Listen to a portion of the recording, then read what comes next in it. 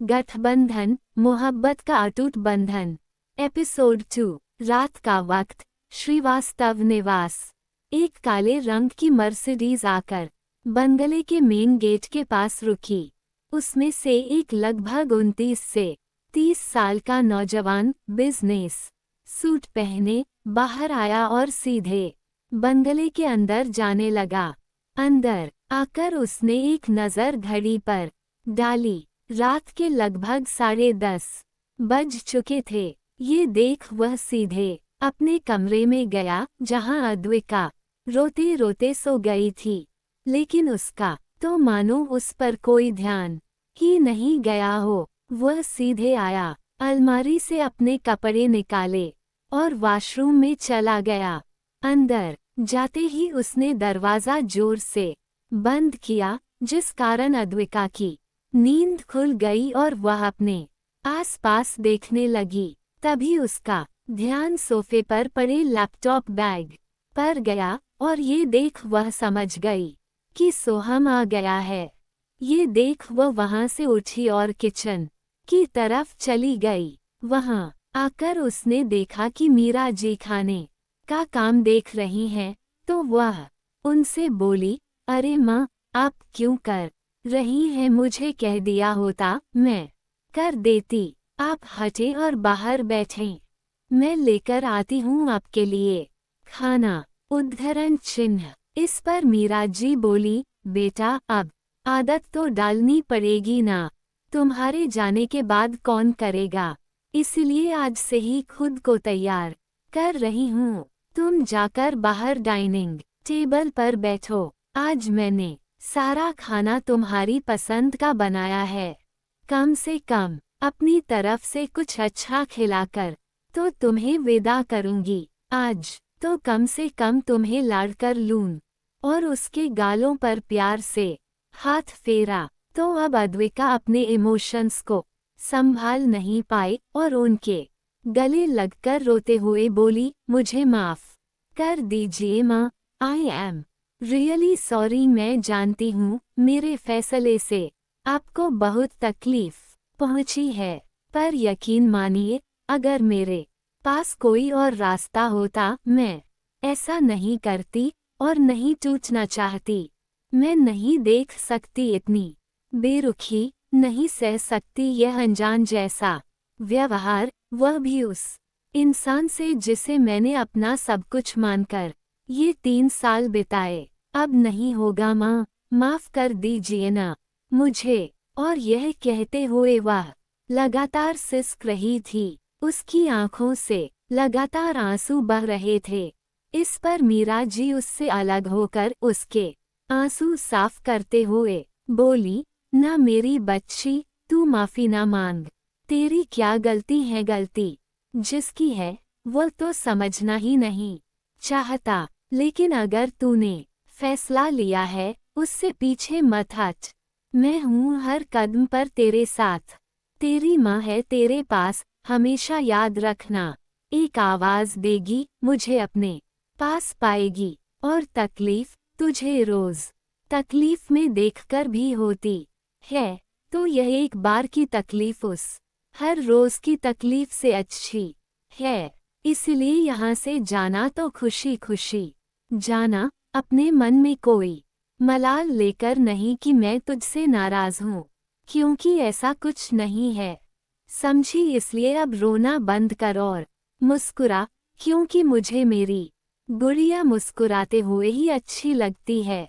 उनकी ये कहने पर अद्विका आंसुओं के साथ भी एक फीकी सी मुस्कान दे देती है और उनसे कहती है, भगवान करे दुनिया की हर लड़की को आप जैसी सास मिले, जो एक माँ से बढ़कर प्यार देती हो, जो अपने बेटे से पहले अपनी बहू का सोचती हूँ। सच कहती हूँ माँ, इन 3 सालों में और कुछ हुआ हो या ना हो, लेकिन मुझे माँ का बहुत प्यार मिल गया, जो मुझसे बचपन में छिन गया था। इसलिए इन 3 सालों के लिए अफसोस होकर भी नहीं है इस दिल में। इस पर मीरा जी मुस्कुराते हुए कहती हैं, शुक्रगुजार तो मैं हूँ भगवान की कि उन्होंने मुझे तुझ जैसी इतनी प्यारी बेटी दे दी।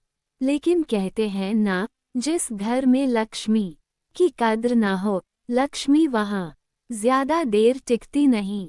खैर, ये सब छोड़ो और बाहर जाकर बैठो। मैंने तुम्हारे लिए तुम्हारा मनपसंद खाना बनाया है, खाकर बताना कैसा है। अभी बाहर जाओ। और ये कहते हुए उसका हाथ थामकर उसे बाहर डाइनिंग टेबल पर बैठा देती हैं और इंतजार करने को कहकर अंदर आ जाती हैं। वो वहां बैठी ही थी कि तभी सोहम भी वही आ गया। ये देखकर उसके चेहरे पर आई फीकी मुस्कान भी चली गई और वह अपना सर नीचे करके बैठ गई और अपने मन में सोचने लगी, आप इस रिश्ते से इतने निर्मोही रहते हैं कि मैं आपके सामने हूँ या नहीं, आपको फर्क नहीं पड़ता। तो क्या कल मेरे जाने से कुछ बदलेगा? यहाँ आपकी जिंदगी उसी तरह चलती रहेगी, क्योंकि न मैं उसमें कभी थी न होंगी। आपने कभी मुझे या इस रिश्ते को ठहरा आसमान नहीं समझा, हमेशा एक गुजरता हुआ बादल समझा। आगे भी यही रहेगा क्या? क्या कभी कुछ बदलेगा क्या? कभी एक बार आप मुझे उस चाहत से देखेंगे जिसकी मुझे हसरत है? वह ये सब सोचते हुए चोरी छिपे नजरों से सोहम को देख रही थी और उसकी आंखों में उसे छोड़कर जाने का राम बखूबी झलक रहा था। लेकिन वो खुद को कमजोर नहीं पड़ने देना चाहती थी, तो उसने खुद से कहा, मैं भी किससे उम्मीदें लगा रही हूँ? जिसने आज तक नहीं समझा, अब क्या समझेगा?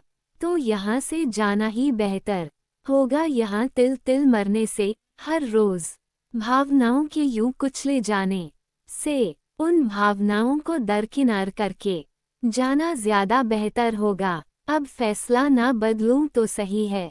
और ये सोचते हुए उसकी आंख से एक बूंद आंसू उसके हाथ पर गिर पड़ा, जिसे उसने बड़ी सफाई से साफ किया। पर वहीं सोहम वहां बैठा तो था, लेकिन उसका ध्यान न अद्विका पर था न किसी और चीज पर। वह बस फोन में लगा था। उसे कुछ नहीं पता चला कि कितनी देर से अद्विका उसे देखते हुए भावनाओं के समुद्र में गोते लगा रही थी। उसने एक नजर उसकी तरफ देखा तक नहीं, वह अपनी ही दुनिया में गुम था। तभी उसका फोन बजा और वह फोन उठाते हुए बोला, हाँ विक्रम, उसका असिस्टेंट बोलो। तभी उधर से विक्रम ने कुछ कहा, जिस पर सोहम बोला, यहाँ कोई नेगोशिएशन की बात ही नहीं है। जो मुझे चाहिए, अगर वो नहीं होता तो सीधे डील कैंसिल कर दो, समझे? सोहम श्रीवास्तव को अपनी मनवाने की आदत है, किसी की मानने की नहीं। और यह कहते हुए सोहम के चेहरे से उसका घमंड और गुस्सा साफ साफ झलक रहा था। तो उसने गहरी सांस लेते हुए खुद को शांत करने की कोशिश की। उसी वक्त मीरा जी ने किचन से बाहर आते हुए कहा, क्या बात है सोहू, आज किस पर गुस्सा निकाल रहा है? कभी तो अपने इस गुस्से को छोड़ दिया कर, और काम को भी कम से कम खाने के वक्त तक तो। कहते हुए वह उससे रोज की तरह बहस करने की कोशिश कर रही थी, ताकि उसे कुछ पता ना चले कि वह कितनी परेशान है या दुखी है। और अपने मन में बोली, भगवान जाने जब अद्विका कल जाएगी तो तू कैसे रिएक्ट करेगा, क्योंकि ऐसे भले ही तू उससे यूं बर्ताव करता हो कि उसके होने ना होने से तुझे कोई फर्क नहीं पड़ता, लेकिन तेरा ये गुस्सा और तेरा यह हम क्या यह बर्दाश्ती कर पाएगा कि वह तुझे बिना कुछ बताए गूंज चली जाए? कहीं तू इन सब में अपनी गलती देख ही ना पाए और कुछ और ज्यादा गलत ना कर बैठे। ये सोचते हुए मीरा जी के मन में एक पल को दर्द और डर बढ़ गया, और मन ही मन भगवान से प्रार्थना करती हुई बोली, हे प्रभु, बस इसे इसकी गलती दिखा देना। और कुछ गलत मत करने देना जिससे मैं अधिका की नजरों में नजरें भी डालकर बात भी न कर पाऊं, प्लीज। वो अपने मन की विडंबना में ही थी कि तभी सोहम उनसे बोला, अरे कुछ नहीं माँ, बस ऑफिस का थोड़ा बहुत काम देख रहा था। खैर इसे छोड़ें, आप बताएं, आज आप किचन में क्या कर रही थी? कोई स्पेशल बात है क्या जो आप खाना बना रही थी, वरना नौकर तो करते ही हैं काम। और यह कहते हुए वह अपने फोन की स्क्रीन को वापस स्क्रॉल करने लगा। वहीं उसकी बात सुन मीरा जी और अद्वैधिका दोनों उसकी तरफ देखने लगे। मीरा जी अपने मन में सोच रही थी, मेरे इस नालायक बेटे के लिए मैं अद्विका को किस मुंह से रुकने के लिए बोलूं, जिससे ये तक नहीं पता कि उसके घर में पिछले 3 सालों से खाना नौकर नहीं उसकी बीवी बना रही है।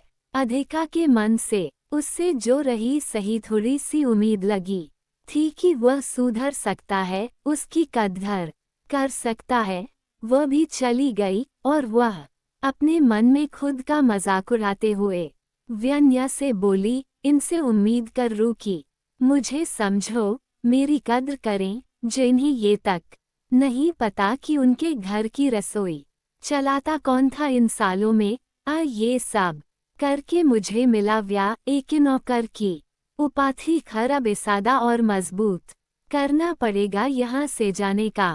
यह सोचते हुए उसने एक गहरी सांस ली और अपनी भावनाओं को अंदर दबाने के लिए जद्दोजहद करने लगी। तभी मीरा जी ने उसके हाथ को कसकर पकड़ा और आंखों से इशारा किया कि सब ठीक है, तो उसने भी खुद को संभाला और आहों में गर्दन हिला दी।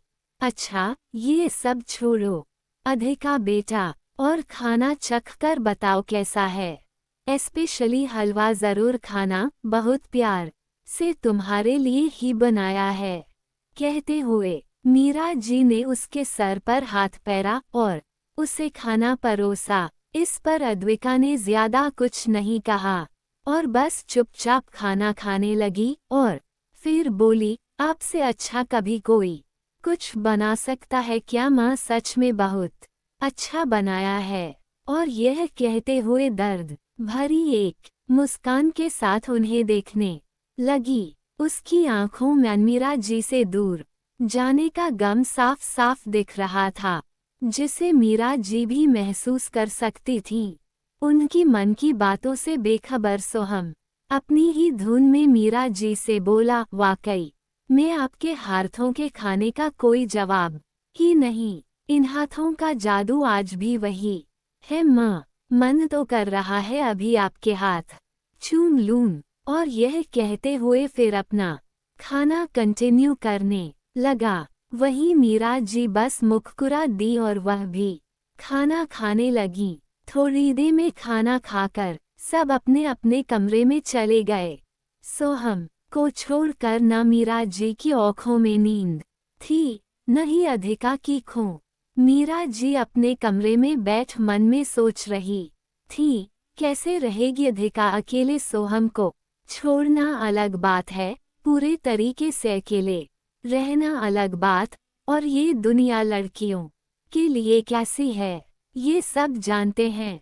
जानती हूँ सोहम उसके लायक नहीं है, लेकिन वह खुद भी ऐसी जिंदगी के लायक नहीं है। वह बहुत अच्छा पाने की हकदार है और सोहम से उसे बुरे और बदतर के अलावा कुछ नहीं मिला। फिर सोहम की गलतियों के बाद किस मुंह से रोकूंगी उसे, इसीलिए बस उसके लिए दुआ कर सकती हूँ कि सब अच्छा हो अब उसकी जिंदगी में, बस और कुछ नहीं चाहती मैं। और यह कहते हुए ऊपर देखकर अपने हाथ जोड़ लेती हैं, फिर एक गहरी सांस छोड़ते हुए सोने चली जाती हैं। वहीं दूसरी तरफ सोहम और अधिका के कमरे में, जहां सोहम आराम से सो चुका था, वहीं अधिका बस लेटे हुए उसके चेहरे को देख रही थी और अपने मन में सोच रही थी, काश आप कभी मेरे प्यार को, मेरे एहसासों को समझ पाते तो शायद आज मैं ये कदम नहीं उठा रही होती। सोहम जी, लेकिन अब मैं आपको और महत्व नहीं दे सकती और खुद को और नहीं टूटने दे सकती। वापस शुरू करूँगी मेरा सफ़र उन बनारस की गलियों में अपने खुद के दम पर, क्योंकि किसी हम सफ़र की ज़रूरत नहीं है मुझे। इस बार अकेले ही सफ़र तय करूँगी। लेकिन यह भी सच है कि भले ही आपने कभी मुझसे मोहब्बत नहीं की, लेकिन मैं इस गठबंधन से और आपकी मोहब्बत से हमेशा बांधी रहूंगी। चाहकर भी मुक्त नहीं हो सकती, या शायद कभी मुक्त होना ही नहीं चाहती। आखिर सच्चा और पाक प्यार किया है मैंने आपसे। मेरी मोहब्बत में उतनी ही पवित्रता है जितनी बनारस के घाटों में बहती गंगा में। ये सोचते हुए अपने आँखों से बह रहे आंसुओं को पोंछती है और सोहम की तरफ से चेहरा फेर कर सो जाती है।